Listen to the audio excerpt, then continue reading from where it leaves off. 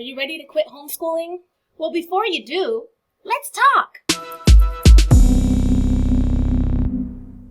Hey guys, welcome to our channel. If you're new here, we are two homeschool moms, Ximena, DeeDee, and we just love encouraging one another and encouraging each other through community. We have a ton of videos full of fun, practical, and encouraging tips for you. So please consider subscribing to our channel and hit the bell button so you don't miss any of our upcoming videos. And check us out on social media. We have a Facebook community group, we're on Instagram, and we would love for you to be part of our community. Now let's get to the nitty-gritty. Yes, don't just stop homeschooling. First, you need to ask yourself some very important questions. We want you to know if you are feeling like quitting, we hear you. Like, we understand, we've all been there. I remember the first year of homeschooling, I was Googling videos. Should I quit homeschooling? What happens if I quit homeschooling, you know? So in other words, it's a normal part of the journey to want to quit. Yeah, it really is. And so we've been homeschooling for a while now, and we have come up with 5 questions that will get you thinking before you make that big decision. Question number 1. First, ask yourself, why did I start homeschooling in the first place? Yeah, this is really important. We have kind of defined our why as our anchor for homeschooling, because I remember you told me when I first started homeschooling that if you're homeschooling out of fear or homeschooling, not that there's wrong reasons to homeschool, but if it's not something that you're doing out of real conviction, like I really believe that this is the best thing for my child, or I believe that it's the best choice for him or her right now, then it's going to be really easy for you to flip-flop in your convictions. Absolutely. If homeschooling is just one of many options, then when it gets tough, another option starts to look better. Yeah, grass is always greener. Yes, and for me, really feeling like the Lord has called me and directed me to homeschool my children has kept me anchored in knowing that I'm serving the Lord when I'm serving my children and my family in this way, and that has kept me from looking at those other options when things have gotten tough. And believe me, we do look at those other options. Or at least threaten our kids once in a while. Right.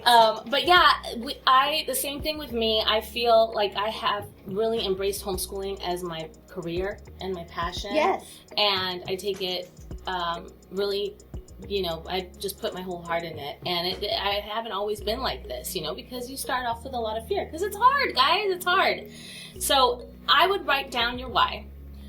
Why are you doing this? And is it a strong enough conviction for you to keep going, even when things are hard? Question number 2. Are you taking your curriculum too seriously? This is a big one because, listen, moms, dads, you don't want to turn into a hermit. I know. It makes everything feel bad. Your kids are going to be grumpy. You're going to be grumpy if everything is about getting a certain amount of work done, getting the curriculum done, and never mixing in any fun. Yeah, and one of the amazing things about homeschooling is the flexibility that we have to go out, to do field trips, to go outside of the box, right? That's why, at least for me, why I love homeschooling. And I think, especially if you're kind of A-type personality, which I hear you because I'm like that, but you always want to like check the boxes and be like, hey, we got to get week 13 done. We got to get this done, But honestly, if I've learned anything valuable in my homeschooling journey is that we don't have to get everything done. And that sometimes going on a field trip or stopping your activities and actually doing something fun that your kids want to do is way more valuable than anything that you had planned to do. Absolutely. And sometimes I have like quizzes for history. And if I don't get around to the quiz, I think a game, I have a ton of history games. We hardly ever even play. Right. Like that is just as valuable for reiterating the information, maybe even more valuable, right, than getting that piece of paper. There's been tons of research that shows how much kids learn through play.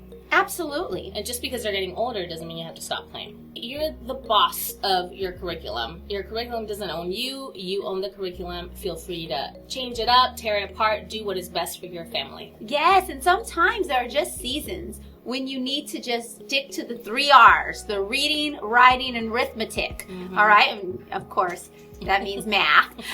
But reading, that's essential, and that is fun. Yeah. Like, that can unify and bring you guys back. You know, just getting a good read aloud to read together, and just that could bring life back into your homeschool. And writing, and make sure you're continuing on with your math. And sometimes even that can feel so stressful, you know, if your kids aren't into math. So mixing in some fun and stopping and fixing up those gaps is okay. Absolutely.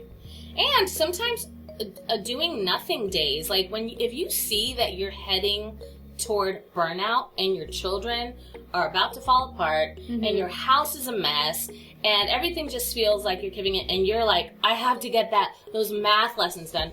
No, you don't. You can stop and have a reset day. You can stop and have a reset week if you needed to. You know what I mean? And be like, we're just going to clean the house this week, and we're going to stop and go to the park every day, and we're going to write about nature. You know, just anything that gives you life so that you can be more productive and more effective in the future. Number 3, ask yourself, am I in community? Maybe you have fallen off of park days or getting together with friends. That brings life. Yes. Again, we are all about community. Chips and Salsa, our channel started because we found such value in each other, in merging our, starting a co-op, and now we're even doing the same curriculum. We did it for a couple years, and it's so valuable to have somebody to talk to, first of all, an adult that you can vent with and be like, this is how I feel. What's going on? How can we solve this? You're troubleshooting. You're asking people about different curriculums. You're picking people's brains. Don't be afraid to reach out. No one is judging you. We are all in this together. And if you do find some judgmental parents, just, whatever. You just find some other ones. Yeah.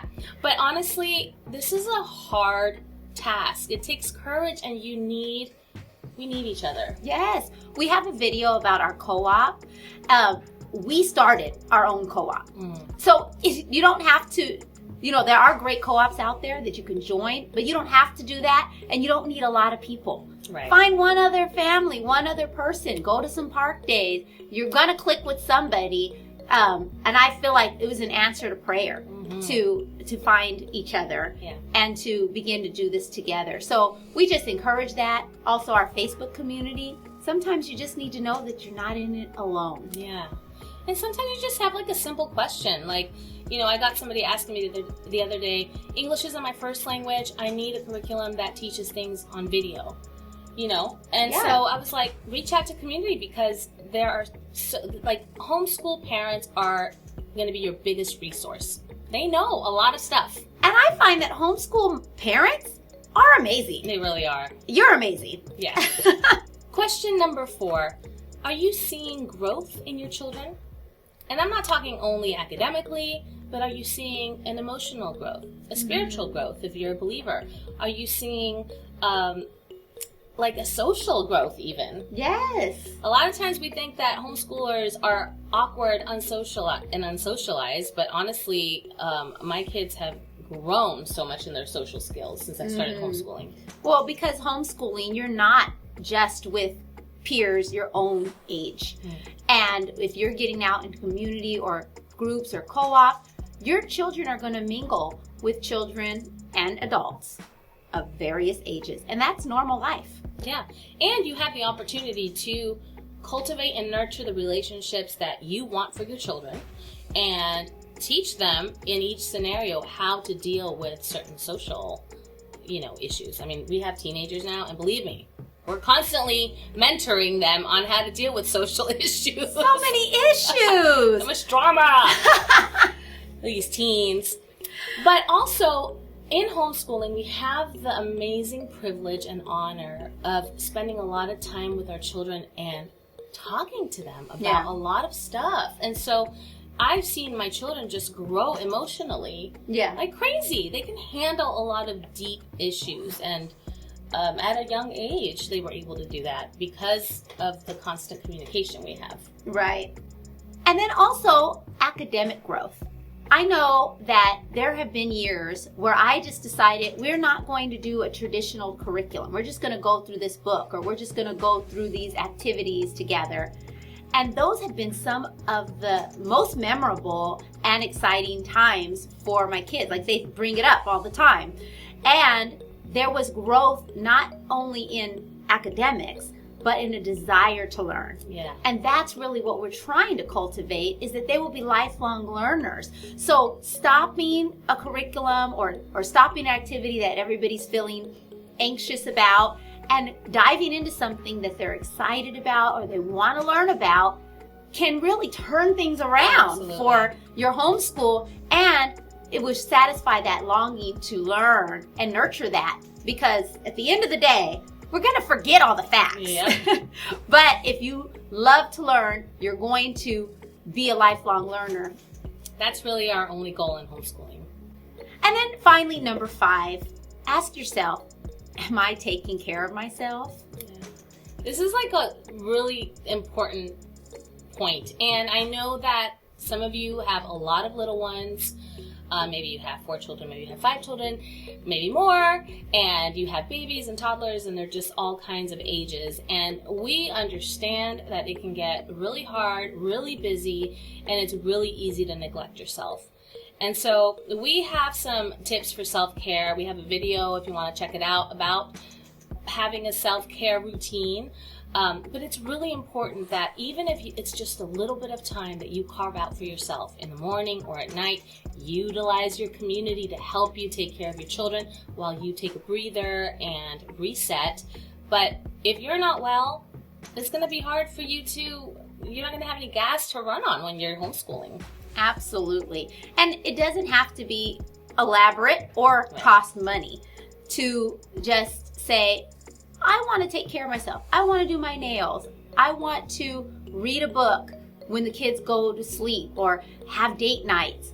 Whatever it is that's going to give you life, you should be implementing that, putting that into your weekly routine so that you don't burn out. Absolutely. And I'm reading this great book on self-control and willpower, and we're talking about just the power of habits.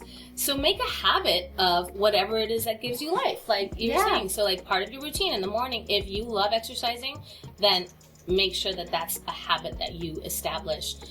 Because then when you're tired, even when you haven't slept because the baby kept you up, you're probably still gonna do it, you know? Yeah. Whereas if it's not something that you've established a habit on, then it's gonna be easy to just keep putting on the back burner.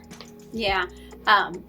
There's so much great research out about willpower and how we really lack a great capacity for willpower and we run out of it. Yeah. So if you're depending on willpower to get you through, you're going to end up not doing it. not doing the things that you want to do.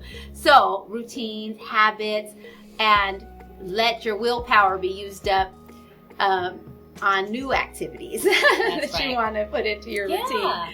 I hope these questions, these tips really help you to evaluate where you're at and how you can bring a fix. As we've already said, it gets tough. Yeah. But we're here for you. Let us know in the comments, why did you decide to homeschool in the first place? We'd love to know. Yes, and like this video, give us a thumbs up, share with your friends, and we'll see you next time. Bye. Bye.